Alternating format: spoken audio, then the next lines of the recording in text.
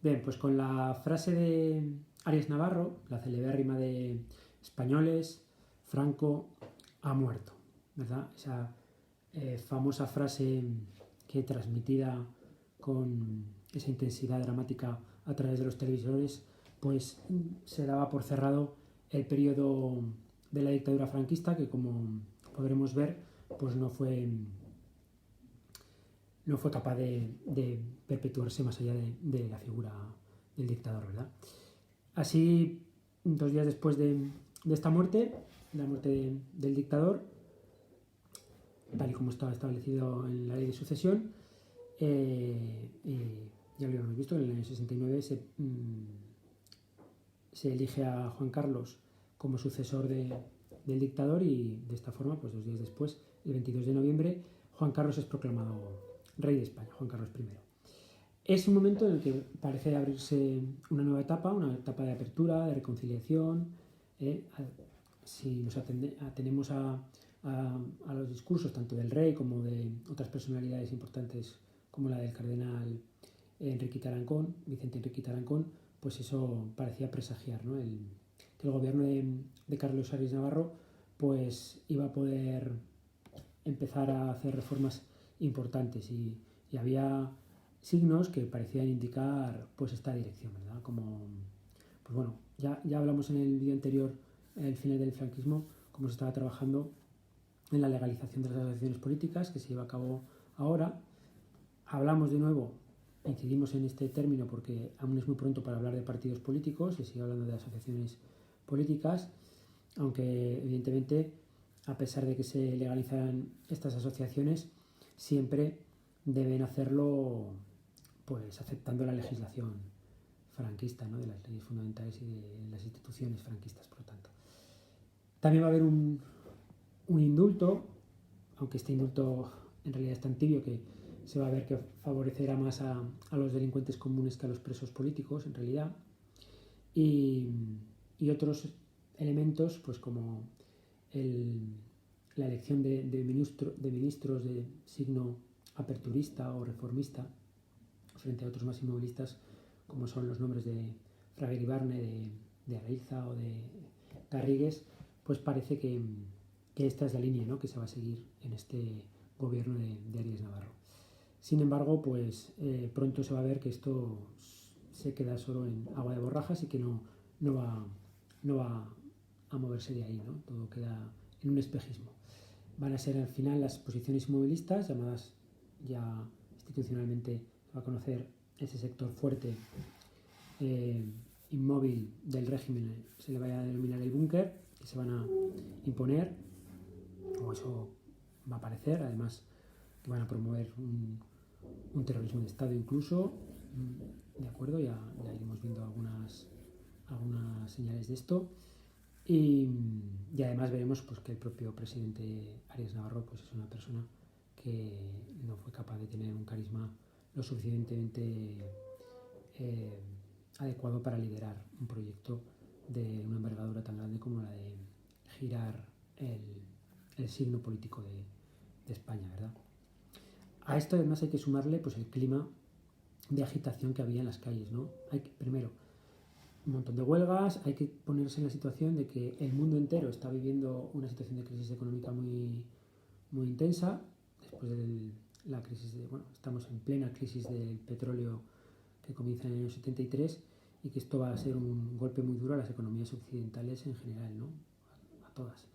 Y a España, pues esto le va a afectar aún, si cabe, mucho más, precisamente porque está más metida en estos momentos en solucionar estos problemas políticos que en atender adecuadamente las cuestiones económicas, y que ya veremos que esto pasará factura, ¿no?, en todo este proceso, porque claro, si estamos viendo una situación además de convulsión en las calles, de muchísimas huelgas, de trabajadores descontentos, que además va en una estructura donde se continúa con un gobierno que militariza algunos servicios públicos y que sigue con las mismas herramientas disuasorias que las del régimen de la mano dura, pues veremos que pues manifestaciones donde se pide libertad, mejores sociales, amnistía, pues la respuesta de la represión va a estar ahí, ¿no? Entonces los primeros meses de 1976 pues van a ser de mucha tensión en las calles, ¿no? Ejemplos que podemos citar, bueno, pues uno de los más señeros importantes va a ser el caso, la situación que se vive en Vitoria, tras un desalojo de una asamblea obrera que había en la iglesia de San Francisco, pues van a morir cinco personas, se les va a asesinar por parte de las fuerzas de seguridad del Estado 5 personas y más de 100 heridos. Digamos que en esos momentos, como decimos, las formas seguían siendo las del régimen, con gatillo fácil, y que esto va a llevar pues eso, a la huelga general en el País Vasco, y quizá podemos decir que el descrédito final del presidente del gobierno, ¿no? Este suceso tan dramático además va a dejarnos una de las frases menos afortunadas de Fraga, aquella de "la calle es mía", ante las preguntas que le hicieron, que en ese momento era ministro de la Gobernación, y por lo tanto parte de responsabilidad o gran responsable de cómo se había actuado en aquel momento la tenía él, ¿no? Y bueno, pues se ve, ¿no?, en esas formas del régimen donde no puede evitar ese punto autoritario al proclamar con mucho infortunio el tema de "la calle es mía", como diciendo aquí se hace lo que yo digo y punto, ¿no? Bien, pues 2 meses después, en mayo, volvemos a ser testigos pues, de otro suceso con víctima mortal, ¿no? En este caso el suceso ocurre en Estella, bueno, en la romería carlista que se producía anualmente a Montejurra, y aquí, bueno, las propias tensiones entre las diferentes facciones carlistas, pues lo que acontece es pues, que un miembro de ultraderecha del sector, digamos, carlista de Sixto Borbón y Parma va a asesinar a 2 seguidores creo que son 2 seguidores, dos seguidores del sector de Carlos Hugo, con además una no colaboración, pero sí con complicidad, digámoslo así, de las fuerzas de seguridad, ¿no?, que actuaron con poca... no actuaron, por decirlo de una forma suave. Bien, pues vamos viendo poco a poco cómo estos sucesos cruentos matizarían pues esta tesis que, bueno, señala la transición pacífica como modelo pacífico, de transición de un modelo político a otro, que si bien es cierto no hay una gran revolución para cambiar de un sistema político a otro, es importante ver que no está libre de muchas víctimas, ¿eh? No solamente son estas víctimas que he citado, sino que veremos cómo a estas víctimas hay que sumarles muchos más muertos en otras circunstancias. Pues ya veremos el terrorismo de ETA, que continuará, sobre todo a partir del año 77, muy vivo. Veremos atentados del Grapo, etcétera, etcétera, ¿verdad? Y otros crímenes de ultraderecha que comentaremos más adelante, ¿vale? Con lo que esta lista de víctimas crecerá. Bien, todo esto hace que la oposición democrática, los rupturistas, los que querían romper con el régimen y cambiarlo, se unen entre sí, ¿no? Ya habíamos hablado en el vídeo anterior, hablando del final del franquismo, que por un lado está la Junta Democrática, fundada en el 74 e impulsada por el Partido Comunista de España, liderado en ese momento por Santiago Carrillo, y por otro lado la Plataforma de Convergencia Democrática, que es la formada en torno al Partido Socialista, ¿no?, que está en ese momento dirigida por Felipe González desde Suresnes, desde el Congreso de Suresnes. Y estos dos grupos, el 26 de marzo del 76, van a crear lo que se va a llamar la Coordinación Democrática, que popularmente, como es la plataforma y la Junta, pues será llamada la Platajunta, que en torno a esta Platajunta pues habrá otros elementos democristianos y también se unirán pues eso, nacionalistas vascos y catalanes pues que están dispuestos ávidos a recuperar sus estatutos perdidos tras la guerra, ¿verdad? Y en esta plata junta, pues eso, los comunistas van a aceptar las propuestas tanto de socialistas como de los democristianos para trabajar de una manera conjunta en lo que se denominó la ruptura pactada, pues buscando la amnistía, buscando la libertad real con partidos políticos, buscando un régimen constitucional, es decir, una constitución, y trabajando por las autonomías regionales, ¿verdad? Bien, todo esto ya veremos cómo esta ruptura pactada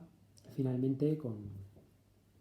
va a confluir y será abandonada o confluirá, por decirlo de alguna forma, porque va a ser una cesión y acabará en una vía que denominamos que va a ser la palabra que define la transición, que va a ser el consenso, el consenso así en mayúsculas, que va a definir en sí este proceso de transición, ¿vale? Y por lo tanto, bueno, pues este va a ser el ambiente que vamos a tener, ¿no? Ya he dicho que habría que sumar la tensión añadida del terrorismo, tanto de ETA como de Grapo, y todo esto pues que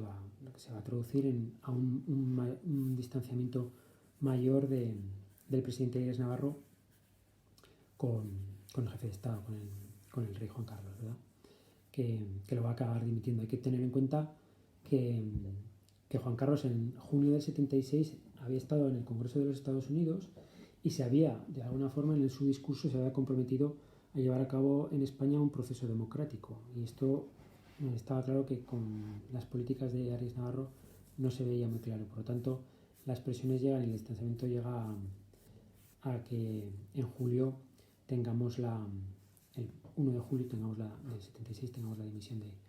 de Arias Navarro obligado prácticamente por el rey. Así que el Consejo del Reino va a proponer tres personas, tres nombres para suplir o sustituir al presidente del gobierno y de ahí Juan Carlos elegirá al siguiente presidente del gobierno, que será el responsable y el protagonista de lo que va a ser luego la transición democrática junto al propio jefe de Estado. Vemos además cómo Estados Unidos apuesta y defiende la postura reformista que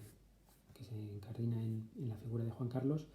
mientras que Europa en general, liderada por la República Federal Alemana en esos momentos, ve con mejores ojos la postura rupturista de esta oposición democrática de la que hemos hablado.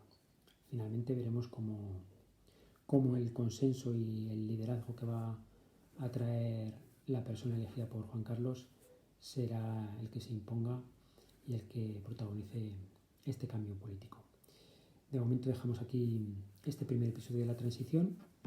y en el siguiente vídeo hablaremos del gobierno que sucede a Arias Navarro.